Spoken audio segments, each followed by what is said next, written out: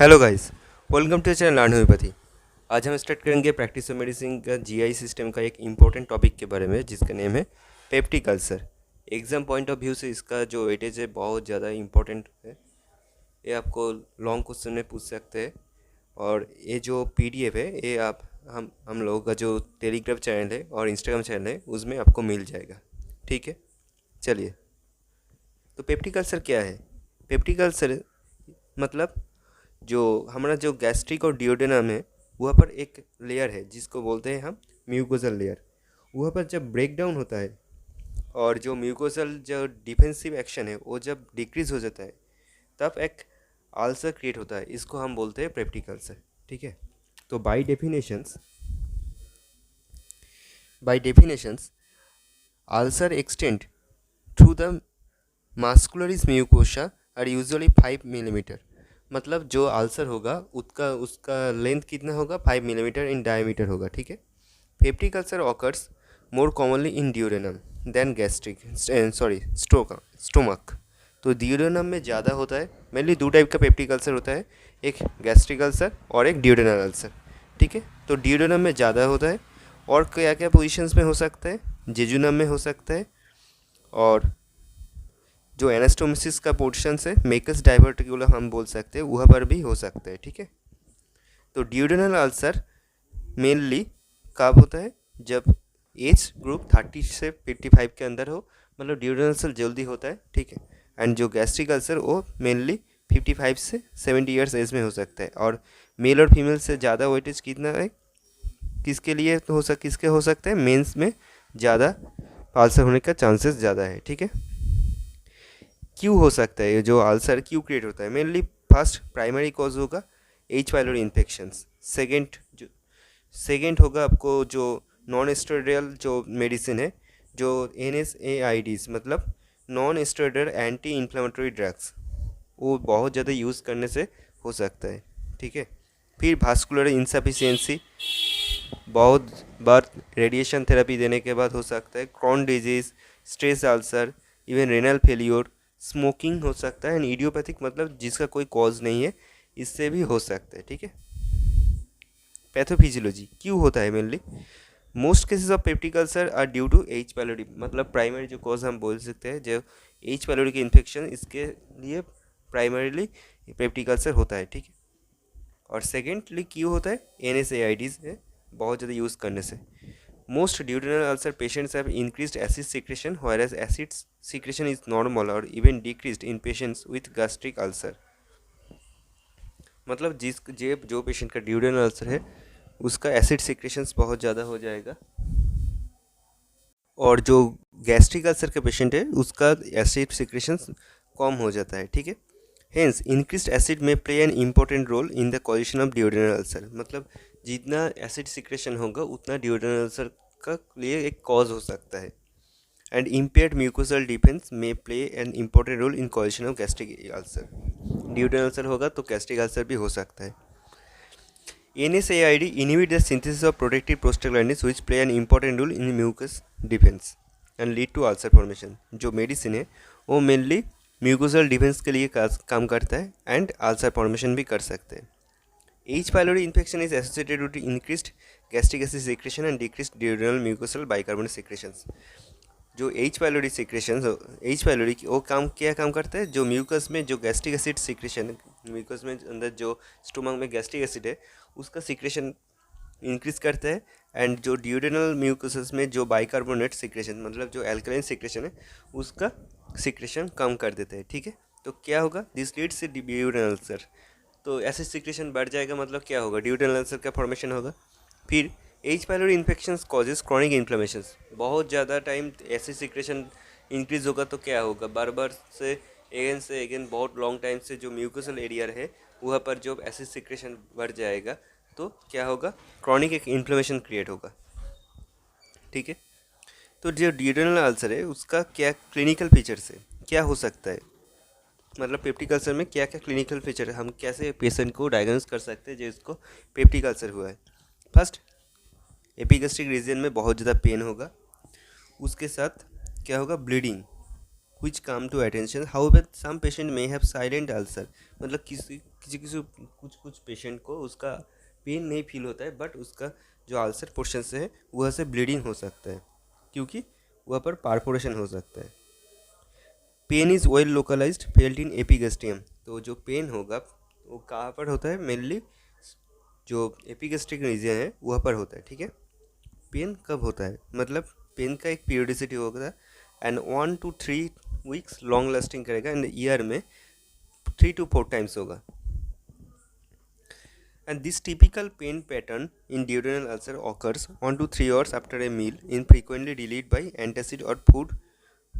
मतलब जो ड्यूरेनल अल्सर है वो खाने खाने के 1 to 3 hours के बाद हो सकता है.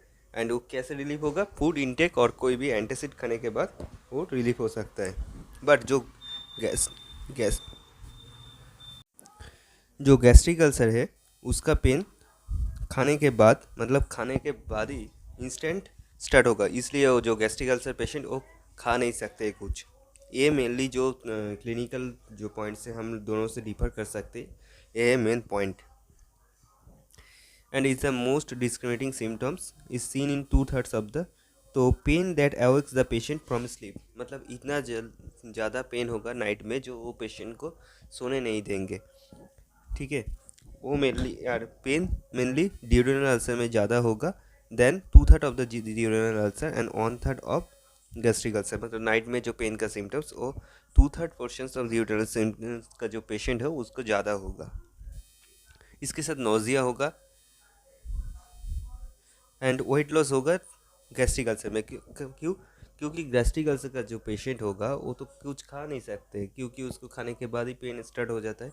तो गैस्ट्रिक अल्सर पेशेंट का उसका वेट लॉस होगा. एंड ड्यूरेनल अल्सर का जो पेशेंट है उसका वेट गेन होगा, क्योंकि वो कुछ नहीं खाएगा तो एसिड सिक्रेशन बढ़ जाएगा, तो उसका बहुत ज़्यादा खाना होगा एंड इसलिए वो उसका जो वेट वो इंक्रीज करता है. Epigastric pain which becomes constant and radiates to the back may indicate penetrating ulcer. मतलब जो एपिगैस्ट्रिक जो पेन होगा वो फिर से रेडिएट करता है कहाँ पे, बैक रीजन में. एंड इसमें हम क्या मतलब क्या देख सकते हैं जो उसको पेनेट्रेटिंग कोई अल्सर हो गया क्या नहीं. Sudden onset of severe generalised abdominal pain, मतलब मेन सिम्टम्स पेन होगा. ठीक है. Pain worsening with meals, nausea and vomiting of undigested food suggest gastric outlet obstructions. Tarry stools or coffee ground vomits indicate bleeding from ulcer. मतलब black colour का stool और उसके साथ coffee ground type का कोई भी ब्लीडिंग होगा तो हम फील कर सकते हैं जो उसका आंसर हुआ है. Physical examination is often normal is uncomplicated peptic ulcer except mild epigastric tenderness. मतलब जो पेन होगा तो टेंडरनेस तो रहेगा. एंड फिर ब्लीड पैलोट टाइप का होगा, मतलब एनीमिया देख सकते हैं, क्योंकि जो अल्सर में उसका बहुत ज़्यादा ब्लीडिंग हो जाएगा, इसलिए हम लोग क्या देख सकते हैं, उसका जो फेस में पैलोट टाइप का सिचुएशन हो सकता है. क्या क्या इन्वेस्टिगेशन कर सकते हैं हम लोग. एनीमिया एनीमिया क्योंकि जो अल्सर में ब्लड लॉस हो सकता है, इसलिए एनीमिया हीमोग्लोबिन टेस्ट कर सकते हैं हम लोग. और क्या क्या कर सकते हैं, अपर जियास्कोपी, मतलब एंडोस्कोपी करना होगा. Barium solo, but now it is barium solo is not available, क्योंकि और ज़्यादा जो टेस्ट वो निकल चुके हैं, इसलिए बेरियम सोलो करने की कोई ज़रूरत नहीं होता है अभी तक. टेस्ट फॉर एच पाइलोरी, मतलब बायोप्सी करना होगा. ठीक है. एंडोस्कोपी करना होगा. And H pylori include faecal antigen ऐसा एंड यूरिया ब्रीथ टेस्ट, ये करना होगा. कॉम्प्लिकेशंस और पेप्टिक अल्सर. पेप्टिक अल्सर होने से क्या क्या हो सकते हैं, हेमरेज हो सकता है, पारफोरेशन हो सकता है, अल्सर पेनेट्रेशन हो सकता है, गैस्ट्रिक आउटलेट ऑब्स्ट्रक्शन हो सकता है. डिफरेंशियल डायग्नोसिस, मतलब ये जो पेन सिमिलर और के और कौन सा डिजीज में हो सकता है. एपिगैस्ट्रिक डिस्ट्रेस लाइक डिस्पेप्सिया में भी ऐसे पेन होता है. ट्रीटमेंट क्या, the goal of treatment is provide relief of symptoms, promote ulcer healing and ultimately prevent ulcer recurrence and complications. General measures क्या, स्मोकिंग स्टॉप करना होगा, स्पाइसी फूड खाना नहीं चलेगा, उसके साथ अल्कोहल इंटेक भी कम करना होगा. एंड जो NSAID और एस्पिरिन वो हम लोग नहीं यूज़ कर सकते हैं. गैस्ट्रिक और ड्यूडेनल अल्सर में क्या क्या डिफरेंस होगा, कैसे हम डिफरेंस कर सकते हैं जो ये गैस्ट्रिक अल्सर है और ड्यूडेनल अल्सर है। मतलब गैस्ट्रिक अल्सर का जो एज वो बहुत ज़्यादा होगा, 50 to 70 years. Duodenal ulcer middle age में हो सकते हैं, 30 to 50 years age. Gastric ulcer equal in both sexes, but duodenal ulcer males में ज़्यादा होता है। गैस्ट्रिक अल्सर इमीडिएटली मतलब फूड इनटेक, मतलब फूड इनटेक करने के साथ साथ में गैस्ट्रिक अल्सर हो सकता है, बट ड्यूडेनल अल्सर खाने से 1 to 3 आवर्स के बाद हो सकता है। एंड गैस्ट्रिक अल्सर में वेट लॉस होगा, यहाँ पर वेट गेन होगा। जो ट्रीटमेंट है, ट्रीटमेंट में हम क्या क्या मेडिसिन ले सकते हैं, एंटासिड ले सकते हैं, they relieve the pain by neutralising the acid, क्योंकि वहाँ पर एसिड सिक्रेशन इंक्रीज हो जाएगा, तो वहाँ पर हम एल्कलाइन एंटासिड ले सकते हैं, तो एसिड को न्यूट्रलाइज कर देंगे। फिर क्या क्या मेडिसिन ले सकते हैं, एल्यूमिनियम हाइड्रोक्साइड, मैग्नीशियम हाइड्रोक्साइड, ठीक है। Dose 15 to 30 ml 4 to 6 times per day लेना होगा। उसके साथ हम calcium carbonate, sodium bicarbonate and other potent antacid भी ले सकते हैं। H2 रिसेप्टर ब्लॉकर लेना होगा। वो क्या क्या मेडिसिन होता है, mainly ranitidine, famotidine, nizatidine, EDC। Proton pump क्या क्या, हाइड्रोजन पोटेशियम एटीपेज इनहिबिटर, क्या क्या मेडिसिन ले सकते हैं, इसलिए omeprazole, lansoprazole, pantoprazole. Mucosal protective agent, क्या म्यूकस को प्रोटेक्ट करने के लिए क्या यूज़ कर सकते हैं हम लोग, सुक्राल्फेट। सुक्राल्फेट क्या है, एक complex sucrose salt which becomes viscous paste within the stomach and duodenum. मतलब जो अल्सर पोर्शन है वहाँ पर एक सुक्रोज का सॉल्ट हम यूज़ कर सकते हैं, जो अल्सर का पोर्शंस में एक म्यूकोजल बैरियर क्रिएट करता है, ठीक है। Bismuth containing preparations, this agents coat the ulcer, prevent further pepsin acid induced damage and stimulate prostaglandins, bicarbonate and mucus secretions. ये जो बिस्मथ कॉन्टेनिंग प्रिपरेशन है, ये क्या करते हैं, फर्दर एसिड प्रोडक्शंस में इंड्यूस कर देते हैं, एंड जो प्रोस्टाग्लैंडिन, बाइकार्बोनेट, इसको सिक्रेशन में हेल्प करते हैं, ठीक है। Colloidal bismuth subcitrate and bismuth subsalicylate the most widely used preparations. क्या क्या मेनली यूज होते हैं, bismuth subsalicylate and bismuth subsalicylate, ठीक है। प्रोस्टाग्लैंडिन एनालॉग्स हम यूज़ कर सकते हैं। एच पैलोरी इरेडिकेशंस कर सकते हैं हम लोग। एंड सर्जिकल ट्रीटमेंट मेनली आजकल इम्पोर्टेंट नहीं है, क्योंकि और ज़्यादा थेरेपी आज अवेलेबल है, इसलिए सर्जिकल ट्रीटमेंट इम्पोर्टेंट नहीं है मेनली। तो भी क्या क्या सर्जिकल ट्रीटमेंट हम कर सकते हैं, बिलरॉथ वॉल एनास्टोमोसिस, एंड उसके साथ पाइलोरोप्लास्टी, वैगोटोमी, सिलेक्टिव वैगोटोमी प्लस पाइलोरोप्लास्टी, सब कुछ हम कर सकते हैं, ठीक है। और एक शॉर्ट नोट के लिए इम्पोर्टेंट टॉपिक है जो है स्ट्रेस अल्सर। तो स्ट्रेस अल्सर क्या है, स्ट्रेस अल्सर कहाँ पे हो सकते हैं, स्ट्रेस अल्सर मेनली एक म्यूकोजल इरोशन से, ये कहाँ पे हो सकते हैं, which usually occurs in the fundus and body of the stomach. जो मेनली स्टोमक के जो फंडस और बॉडी पोर्शन है वहाँ पर हो सकता है, और डेवलप इन, कहाँ पे डेवलप करता है, sometimes develop in antrum duodenum, वहाँ पर भी हो सकता है, ठीक है। They are usually shallow and deeper lesions can cause massive haemorrhage and और पारफोरेशंस। तो जो स्ट्रेस अल्सर है ये मेनली एक पारफोरेटेड टाइप का अल्सर है, ठीक है। एंड इसमें हेमरेजिक मतलब ब्लीडिंग हो सकता है।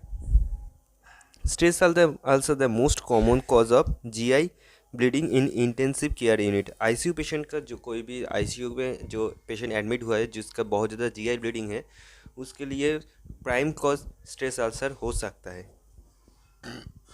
स्ट्रेस अल्सर का रिस्क फैक्टर, मतलब क्यों हो सकता है स्ट्रेस अल्सर, उसका कॉज क्या हो सकता है, शॉक, सेप्सिस, हेपेटिक फेलियर मतलब लीवर फेलियर, रेनल फेलियर, बहुत ज़्यादा ट्रॉमा, मल्टीपल ट्रॉमा में, ठीक है, हेड और स्पाइनल कुशिंग में, Burns over 35% of the body surface area, body का सरफेस एरिया 35% बर्न हो जाएगा, इसलिए भी हो सकता है। ऑर्गन ट्रांसप्लांट टाइम के जो रिसिपिएंट के कोई भी प्रॉब्लम हुआ तो इसलिए हो सकता है। Pathogenesis, erosions begin to develop within hours of major trauma of serious illness. तो कोई भी ट्रॉमा के बाद उसका कुछ समय के अंदर ये मेनली हो सकता है। They are thought of results from the derangement of the balance between the gastric acid production and mucosal protective मेकानिज़म्स।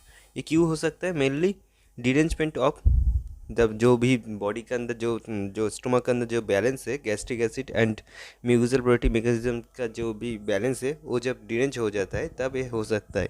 And hyper secretion of acid due to the excessive gastric stimulations, बहुत ज़्यादा gastric stimulations के लिए बाद जो acid production increase होता जाता है, इसलिए भी हो सकता है। क्योंकि excessive gastrin stimulation of parietal is seen in patient with head trauma, क्योंकि यह पे क्या होता है? मेनली एक्सेसिव गैस्ट्रिन स्टिमुलेशन होता है। In critically ill patients increase concentrations of refluxed bile salts और presence of uraemic toxins can denude the glycoprotein mucosal barrier. तो हम स्ट्रेस अल्सर को कैसे प्रिवेंट कर सकते हैं? सेम पेप्टिक अल्सर के जो भी सिम्टम्स होगा इसमें भी क्लिनिकल पिक्चर सेम सिम्टम्स होगा। एंड प्रिवेंशन में जो भी ट्रीटमेंट वो सेम होगा। Antacid, H2 blocker, stool blocker के अंदर रैनिटिडिन, फेमोटिडिन, नाइजेटिडिन यूज़ कर सकते हैं। सुक्राल्फेट यूज़ कर सकते हैं। प्रोटोन पम्प इनहिबिटर यूज़ कर सकते हैं। प्रोटोन पम्प इनहिबिटर्स के अंदर omeprazole, pantoprazole, prostaglandin analogues use कर सकते हैं। अर्ली एंट्रल न्यूट्रिशन यूज़ कर सकते हैं। ठीक है। और एक इम्पॉर्टेंट टॉपिक जो एग्ज़ाम पॉइंट ऑफ व्यू से इम्पॉर्टेंट है, जो H पाइलोरी का इम्पोर्टेंस क्या है पेप्टिक अल्सर में और रोल क्या है H पाइलोरी का, और कैसे हम डिटेक्ट कर सकते हैं H पाइलोरी प्रेजेंस है क्या नहीं है। तो H पाइलोरी मेनली क्या है? एक ग्राम नेगेटिव फ्लैजिलेटेड बैक्टीरिया जो क्या करते हैं? यूडीएस प्रोड्यूस करते हैं। ठीक है। It has several acid resistance mechanisms, of which the most important is production of urease enzyme। मतलब इसके अंदर बहुत सारा एसिड रिडक्शंस रेजिस्टेंस का मेकानिज़म तो है, एंड जिसके अंदर सबसे ज़्यादा इम्पोर्टेंट जो काम करता है ये क्या करते हैं? यूरेज एंजाइम का प्रोडक्शंस। ठीक है। एपिडियोमोलॉजी क्यों होता है, कैसे होता है? ठीक है। H pylori is the most common chronic bacterial infection in humans. जो बैक्टीरियल कॉमन इन्फेक्शन है उसके अंदर सबसे पहले नाम क्या होता है? H pylori का infections. Prevalence of H pylori is the more in developing countries and low socio. इस प्रकार से मेनली कहाँ पे होता है? मेनली जो लो सोशियो इकोनॉमिक्स ग्रुप है और कोई भी ओल्डर पॉपुलेशंस में ज़्यादा होता है। Humans are the only important reservoir of H. pylori colonizations is common in childhood institutions. It is by fecal oral और oral route। मतलब एक कैसे ट्रांसमिशन करते हैं? फीसियल से ओरल एंड ओरल से ओरल रूट में। पैथोजेनेसिस कैसे होता है? H. pylori does not invade the mucosa. मतलब H. pylori डायरेक्ट म्यूकोसा के इन्वेट नहीं कर सकते। Instead it damage the mucosa by disrupting the mucosal layer. But it कैसे डैमेज कर सकते हैं? म्यूकोसल जो लेयर है उसको डिप्रेशन कर देते हैं। ठीक है। एंड क्या एक एंजाइम और टॉक्सिन्स रिलीज करते हैं जिसका नेम है यूडीएच। तो UDH is important enzyme secreted by surrounding secreted by it. तो H पाइलोरी क्या सीक्रेट करते हैं? यूरियस तो सीक्रेट करते हैं। एंड यूरियस के क्या काम करते हैं? Urease converts urea into ammonia. Urea में यूरियस क्या करते हैं? मेनली यूरिया को एमोनिया में कन्वर्ट कर देते हैं।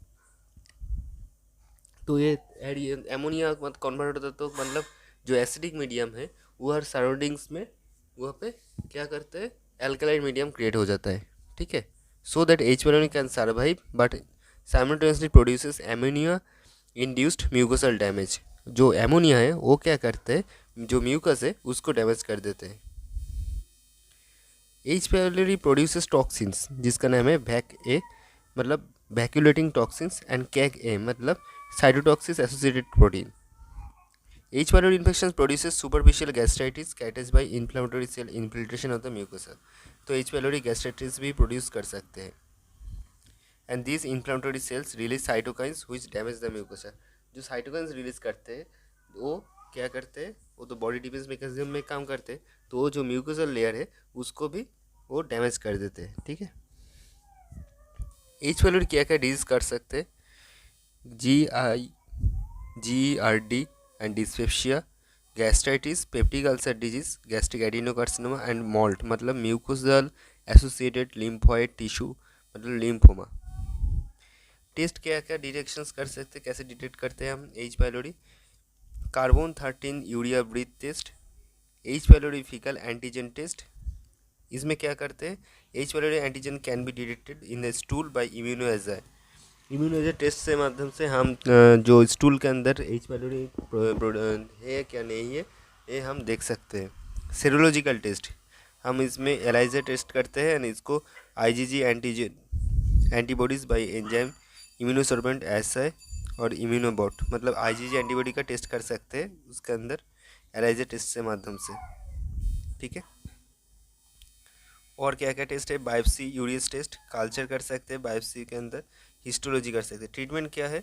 ओमेप्राजोल एमोक्सिलिन ये हम यूज़ करते हैं, bismuth salicylate, metronidazole tetracycline, lansoprazole amoxicillin ये हम सब यूज़ कर सकते हैं। ठीक है, and this triple drug combination comes as kits and given 10 to 14 days, मतलब 10 से 14 डेज देना होगा। Please like and subscribe our channel and keep supporting us. Thank you.